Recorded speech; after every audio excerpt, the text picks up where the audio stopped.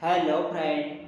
तो कैसे आप लोग? आशा करता हूँ आप सभी अच्छे होंगे और तैयारी आप लोगों की काफ़ी अच्छी चल रही होगी।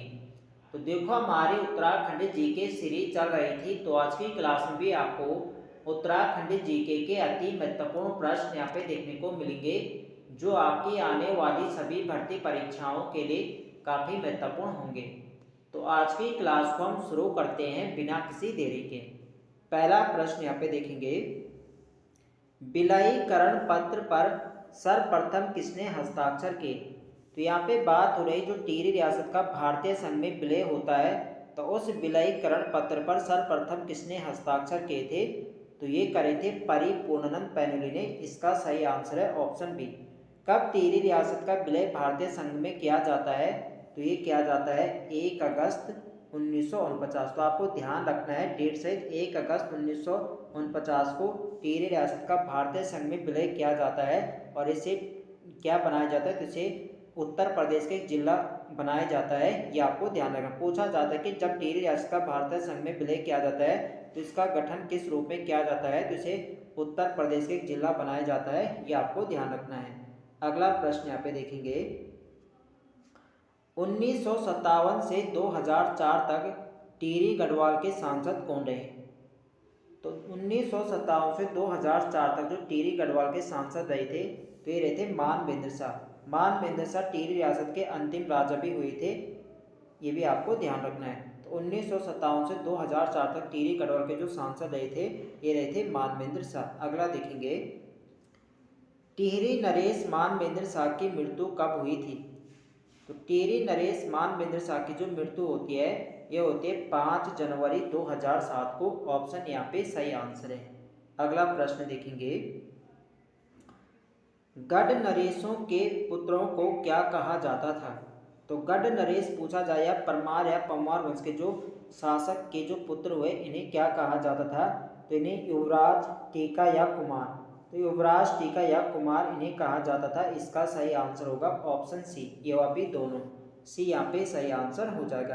तो युवराज, टीका या कुमार गढ़ नरेशों के पुत्रों को कहा जाता था। ये आपको ध्यान रखना है। अगला देखेंगे, मौला राम ने औजा गुरु शब्द का प्रयोग किसके लिए किया था? तो मौला राम ने औजा गुरु शब्द का जो प्रयोग किया था, ये क्या था? धर्माधिकारी के लिए। इसका सही आंसर होगा ऑप्शन बी, धर्म अधिकारी के लिए मौला राम ने औजा गुरु शब्द का प्रयोग किया था। ये आपको ध्यान रखना है। अगला देखेंगे, गणराज्य का सर्वोच्च मंत्री कौन होता था? तो गणराज्य या गढ़ राज्य का जो सर्वोच्च मंत्री होता था, ये होता था मुख्तार। इसका सही आंसर है ऑप्शन सी। सी इसके यहाँ पे सही आंसर है। अगला प्रश्न देखेंगे,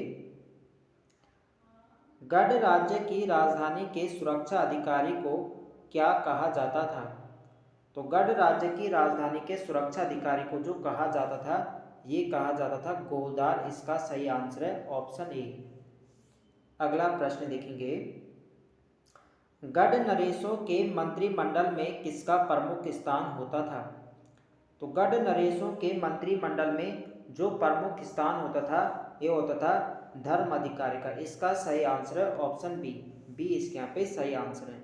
अगला प्रश्न देखेंगे, गढ़ नरेशों के प्रशासन में तीव्रगामी संदेशवाहक कहलाते थे। तो गढ़ नरेशों में प्रशासन में तीव्रगामी जो संदेशवाहक होते थे, इन्हें चणु कहा जाता था। इसका सही आंसर है ऑप्शन डी। डी यहाँ पे सही आंसर है। अगला प्रश्न देखेंगे, गढ़ नरेशों के प्रशासन से संबंधित सही युग्म का चयन करें। तो यहाँ पे आप लोग देख सकते हैं, राजसभा एवं राजप्रसाद में अर्दली का कार्य करने वाला व्यक्ति चाकर। तो राजप्रसाद या राज्यसभा में अर्दली का जो कार्य करता था, इसे चाकर कहा जाता था। बिल्कुल सही है। राजा के साथ चांदी का दंड लेकर चलने वाला व्यक्ति चौकीदार कहलाता था। ये भी बिल्कुल सही है। तो दोनों यहाँ पे बिल्कुल सही है। तो इसका सही आंसर होगा ऑप्शन सी। ये अभी दोनों दोनों यहाँ पे सही है। अगला देखेंगे, परगनों में राजस्व वसूली का कार्य किनके द्वारा किया जाता था? तो परगनों में राजस्व वसूली का जो कार्य किया जाता था, ये किया जाता था थोकदार के द्वारा। इसका सही आंसर है ऑप्शन सी। इस प्रश्न को आप लोग स्टार मार्क कर लीजिए। कई बार यह प्रश्न एग्जाम में पूछा गया है। तो आपको ध्यान रखना है जो परगनों में राजस्व की वसूली करता था ये करता था थोकदार, ये आपको ध्यान रखना है। अगला देखेंगे, राज्य की आय का प्रमुख साधन क्या था? तो राज्य की आय का जो प्रमुख साधन होता था ये होता था सिरती या भूमि कर। सिरती एक प्रकार का नगद कर होता था, तो ये राज्य की आय का प्रमुख साधन होते थे, ये आपको ध्यान रखना है। देखो फ्रेंड्स, वीडियो पसंद आए तो फ्रेंड्स वीडियो को लाइक करें, शेयर करें, और जो लोग चैनल पर नए हैं चैनल को सब्सक्राइब करें। अगला प्रश्न हमारा, राजा की आज्ञा से कृषि भूमि पर कृषि करने वाले किसानों को क्या कहा जाता था? तो जो राजा की आज्ञा से कृषि भूमि पर कृषि कार्य करते थे इन्हें आसामी कहा जाता था। इसका सही आंसर है ऑप्शन बी। बी इसके यहाँ पे सही आंसर है। अब आगे हम यहाँ पे देखेंगे आसामी किन्हें कहा जाता था। आसामी कितने प्रकार के होते थे? तो आसामी जो होते थे ये 3 प्रकार के होते थे। इसका सही आंसर है ऑप्शन सी। कौन कौन से होते थे आसामी? खायकर, सिरतान और मौरिसदार, तो ये इन्हें कहा जाता था। अगला देखेंगे, निम्न में से आसामी के प्रकार कौन से हैं? तो आसामी के जो प्रकार हैं ये हैं खायकर, सिरतान और मौरिसदार, तो ये 3 प्रकार होते थे आसामी के, ये आपको ध्यान रखना है। तो डी यहाँ पे सही आंसर होगा उपरोक्त सभी। अगला देखेंगे, निम्न में से थातवान भूमि पर बसे किसानों को क्या कहा जाता था? तो थातवान भूमि पर जो किसान बसे होते थे इन्हें खायकर कहा जाता था। इसका सही आंसर है ऑप्शन सी। तो थातवान भूमि पर बसे किसानों को खायकर कहा जाता था, ये आपको ध्यान रखना है। अगला देखेंगे, निम्न में से किन परिस्थितियों में राजा भूस्वामित्व दूसरे को दे सकता था? तो किन परिस्थितियों में राजा भूस्वामित्व यानी भूमि का जो स्वामी है भूमि स्वामित्व किसे दे सकता था? तो ये दे सकता था रौत यानी वीरता के लिए दी जाती थी रौत भूमि। संकल्प या जो विष्णु प्रीति भूमि थी ये ब्राह्मणों को जब दान दी जाती थी भूमि, तो तब इन्हें भूस्वामित्व दिया जाता था। और जागीर में जो राजा के अधिकारी होते थे जो अपने अधिकारियों के जागीर के रूप में भूमि देता था, तो इस प्रकार से भूस्वामित्व जाता था, ये आपको ध्यान रखना है। तो इसका सही आंसर क्या होगा? Option D. तो रौत हो गया, संकल्प या विष्णु प्रीति या जागीर, तो इन परिस्थितियों में राजा भूस्वामित्व दूसरे को दे सकता था, यह आपको ध्यान रखना है। आगे यहाँ पे देखेंगे, संकल्प या विष्णु प्रीति में भूस्वामित्व किसे दिया जाता था? तो अभी मैंने आपको बताया जो संकल्प या विष्णु प्रीति भूमि थी ये राजा देता था आपके विद्वान ब्राह्मणों को। इसका सही आंसर होगा आपका ऑप्शन ए। एक आता है गूंठ भूमि, तो गूंठ भूमि जो होती है मंदिरों में दान की जाती है, ये भी आपको ध्यान रखना है। अगला देखेंगे, राज्य अधिकारियों को दिया जाने वाला भूस्वामित्व कौन सा है? तो जो राजा के अधिकारी होते थे इन्हें राजा जागीर के रूप में भूमि देता था। इसका सही आंसर होगा ऑप्शन बी। अगला देखेंगे, निम्न में से वीरता प्राप्त सैनिकों को दिया जाने वाला भूस्वामित्व कौन सा था? तो वीरता प्राप्त सैनिकों को जो भूस्वामित्व दिया जाता था ये दिया जाता रौत। इसका सही आंसर है ऑप्शन ए। अगला देखेंगे, पंवार शासकों के समय तिहाड़ क्या था? तो तिहाड़ एक प्रकार का कर होता था। इसका सही आंसर होगा ऑप्शन सी। अगला प्रश्न देखेंगे, पंवार शासन में कृषि उपज का कितना भाग तिहाड़ कर के रूप में लिया जाता था? तो पंवार शासन में कृषि उपज का कितना भाग तिहाड़ कर के रूप में लिया जाता था? तो ये लिया जाता था यहाँ पे 1/3 यानी 1/3 भाग लिया जाता था। इसका सही आंसर होगा ऑप्शन ए। इसके यहाँ पे सही आंसर हो जाएगा। अगला प्रश्न देखेंगे, निम्न में से औताली क्या था? तो औताली जो होता था एक लावारिस भूमि होता है यानी जिसका जो यहाँ पे बंजर जमीन होती थी और जिसका स्वामित्व राजा के पास होता था, इसे औताली कहा जाता था। तो इसका जो सही आंसर होगा ये होगा ऑप्शन डी। इनमें से यानी भूमि का ये क्या था? प्रकार था, जिसका क्या है जो लावारिस भूमि होते थे और उसका स्वामित्व किसके पास होता? राजा के पास, तो इसे कहा जाता था औताली। तो इसका जो सही आंसर होगा ये होगा ऑप्शन डी, इनमें से कोई नहीं। अगला देखेंगे, पंवार काल में ग्रामीण करों को एकत्रित कर थोकदार को कौन भेजता था? तो पंवार काल में ग्रामीण करों को एकत्रित कर थोकदार को कौन भेजता था? तो ये भेजता प्रधान। इसका सही आंसर होगा ऑप्शन सी। प्रधान जो होता था ये गांवों से क्या करों को एकत्रित करता था और वो किसको भेजता था, थोकदार को भेजता था। ये आपको ध्यान रखना है। तो ऑप्शन सी यहाँ पे सही आंसर हो जाएगा। अगला यहाँ पे देखेंगे, आय व्यय का कार्य करने वाला अधिकारी क्या कहलाता था। तो आय व्यय का जो कार्य करता था इस अधिकारी को कहा जाता था दीवान। इसका सही आंसर होगा ऑप्शन बी। बी यहाँ पे सही आंसर है। अगला देखेंगे, निम्न में से कौन सा पद वंशानुगत था। तो वंशानुगत जो पद होता था ये होता था प्रधान का पद। इसका सही आंसर होगा ऑप्शन डी। जो गांव से क्या है करों को एकत्रित करता था, इसका जो पद होता था ये वंशानुगत होता था। ये आपको ध्यान रखना है। अगला देखेंगे, अधिक उर्वरक वाली भूमि के उत्पादन से कर किस प्रकार से लिया जाता था। तो जो भूमि अधिक उर्वरक वाली होती थी यहाँ पे जो कर लिया जाता था इसे अधील, अधील यानी आधा भाग। तो यहाँ पे आधा भाग यहाँ पे लिया जाता कर के रूप में। इसका सही आंसर होगा ऑप्शन सी या भी दोनों। तो जो आधा भाग है इसे ही कहा जाता था अधील। इसका देखेंगे। अगला यहाँ पे देखेंगे, निम्न में से मनोदय काव्य की रचना किसने की थी।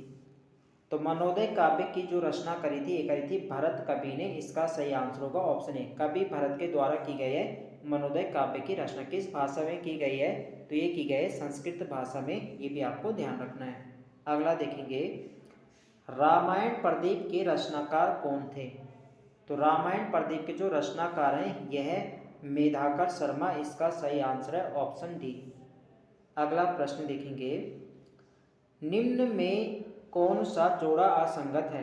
तो यहाँ पे आप लोग ऑप्शन देख सकते हैं सभाभूषण। तो सभाभूषण जो रचना है हरिदास शर्मा के बिल्कुल सही है। प्रेम पथिक मोलाराम, देखो प्रेम पथिक मोलाराम की नहीं बल्कि किसके है, यह है जयशंकर प्रसाद। तो जयशंकर प्रसाद की है प्रेम पथिक। ये आपको ध्यान रखना है। तो ये यहाँ पे क्या असंगत हो जाएगा। गढ़वीर महाकाव्य रूप मोहन सकरानी का ये भी बिल्कुल सही है। और गढ़वाल भूगोल ये हरिदास शास्त्री का ये भी बिल्कुल सही है। तो बी यहाँ पे असंगत है। तो बी इस प्रश्न का सही आंसर हो जाएगा। अगला देखेंगे, दिए गए युग्मों में से सही युग्म का चयन कीजिए। तो यहाँ पे आप लोग देख सकते हैं जॉर्ज डब्ल्यू विंग्स यहाँ पे होगा। ये गोरखनाथ एंड कनफटा योगेश का, ये बिल्कुल यहाँ पे सही है। वास्तु शिरोमणि ग्रंथ एक कवि शंकर का, ये भी बिल्कुल सही है। और विरह व छंदमाला लीलानंद कोटनालक है, ये भी बिल्कुल सही है। तो सभी यहाँ पे सही है। तो इसका सही आंसर होगा ऑप्शन डी। सभी क्या है, यानी उपयुक्त सभी युग्म पे सत्य हैं। अगला देखेंगे, निम्न में से कौन सा युग्म गलत है। तो यहाँ पे देख सकते हैं बृहद कौमुदी मोलाराम। देखो बृहद कौमुदी मोलाराम की नहीं बल्कि किसके है, ये मतीराम की है। ये आपको ध्यान रखना है। भारतीय लोक साहित्य श्याम परमार की भी बिल्कुल सही है। गढ़वाल जाति प्रकाश बाल कृष्ण शांति भट्ट, इसको आप लोग स्टार मार्क कर लीजिए। कई बार पूछा गया है। जो गढ़वाल जाति प्रकाश है किसकी, ये है बाल कृष्ण शांति भट्ट का। क्या है, बिल्कुल सही है। फूल कंडी जो है महंत योगेंद्रपुरी के, बिल्कुल सही है। तो जो बृहद कौमुदी किसके है, यह है मतीराम की। आपको ध्यान रखना है। तो यहाँ पे गलत युग्म बताना तो गलत कौन सा होगा, ऑप्शन ए। अगला देखेंगे, निम्न में से खैकर किसे कहा जाता था। तो देखो जो खैकर कहा जाता था या खैकर कहा जाता है, ये कहा जाता है जो थातवान की भूमि पर जो कृषि करते थे। ठीक है, थातवान के जो कृषक होते थे इसे खैकर कहा जाता था। ऑप्शन बी यहाँ पे सही आंसर हो जाएगा। तो थातवान के जो किसान होते थे इन्हें कहा जाता खैकर या खैकर। अगला देखेंगे, तीर्थ यात्रियों के भोजन आदि की व्यवस्था के लिए प्रयुक्त शब्द हैं। तो तीर्थ यात्रियों के लिए जो भोजन आदि की व्यवस्था की जाती थी इसे कहा जाता सदावर्त। इसका सही आंसर होगा ऑप्शन सी। सी यहाँ पे सही आंसर है। अगला देखेंगे, बड़े भूस्वामी खेतों में कार्य करने हेतु किसकी नियुक्ति करते थे। तो बड़े भूस्वामी जो होते थे खेतों में कार्य करने हेतु ये करते हलिया, इन्हें कहा जाता हलिया। ठीक है, इसको होगा ऑप्शन बी। तो बड़े भूस्वामी जो खेतों में कार्य करने हेतु जो नियुक्ति करते थे ये करते हलिया, हलिया इन्हें कहा जाता है। अगला देखेंगे, निम्न में से गांव की स्वामित्व वाली भूमि को क्या कहा जाता था। तो गांव की स्वामित्व वाली भूमि को जो कहा जाता था ये कहा जाता बेनाप भूमि। इसका सही आंसर है ऑप्शन ए। अगला देखेंगे, वर्षा के जल संरक्षण हेतु बनाए जाते थे। तो वर्षा के जल संरक्षण हेतु जो बनाए जाते हैं ये बनाए जाते हैं चाल खाल। इसका सही आंसर होगा ऑप्शन बी। बी इसके यहाँ पे सही आंसर हो जाएगा। अगला देखेंगे, आटा पीसने हेतु प्रयोग में लाए जाते थे। तो आटा पीसने हेतु जो प्रयोग में लाए जाते थे ये लाए जाते घराट। इसका सही आंसर होगा ऑप्शन ए। अगला यहाँ पे देखेंगे, खेतों की सिंचाई के लिए बनाई गई छोटी नहर कहलाती थी। तो खेतों की सिंचाई के लिए जो छोटी नहरें बनाई जाती थी इन्हें गूल कहा जाता था। इसका सही आंसर है ऑप्शन बी। अगला प्रश्न देखेंगे, भूमि का कीचड़ युक्त हिस्सा कहलाता था। तो भूमि का जो कीचड़ युक्त हिस्सा होता था इसे सिमार या गजार कहा जाता था। इसका सही आंसर है ऑप्शन सी। सी इसका सही आंसर है। अगला प्रश्न देखेंगे, तो आज के लिए यहाँ पे इतने प्रश्न हैं। तो आई होप आप सभी को वीडियो पसंद आए तो फ्रेंड्स वीडियो को लाइक करें, शेयर करें और जो लोग चैनल पर नए हैं चैनल को सब्सक्राइब करें। तो मिलता है नेक्स्ट वीडियो में, तब तक के लिए जय हिंद दोस्तों।